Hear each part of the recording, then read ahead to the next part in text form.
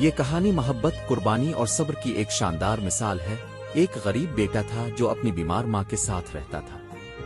اس کی ماں بہت ضعیف ہو چکی تھی اور کئی مہینوں سے بستر پر تھی۔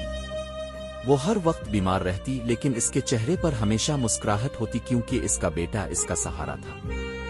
بیٹا دن بھر محنت مزدوری کرتا تاکہ اپنی ماں کے علاج کے لیے پیسے جمع کر سکے۔ وہ کھانے پینے اور دوائیوں کا بندوبست کرتا لیکن خود بہت کم کھاتا تھا۔ جب رات ہوتی تو وہ اپنی ماں کے پاس بیٹھ کر اس کی خدمت کرتا اور اس کی باتیں سنتا۔ ایک دن ماں نے بیٹے سے کہا، بیٹا مجھے لگتا ہے کہ میرا وقت قریب ہے۔ تم میرے لیے بہت کچھ کر چکے ہو، لیکن ایک آخری خواہش ہے، اگر ممکن ہو تو پوری کر دینا۔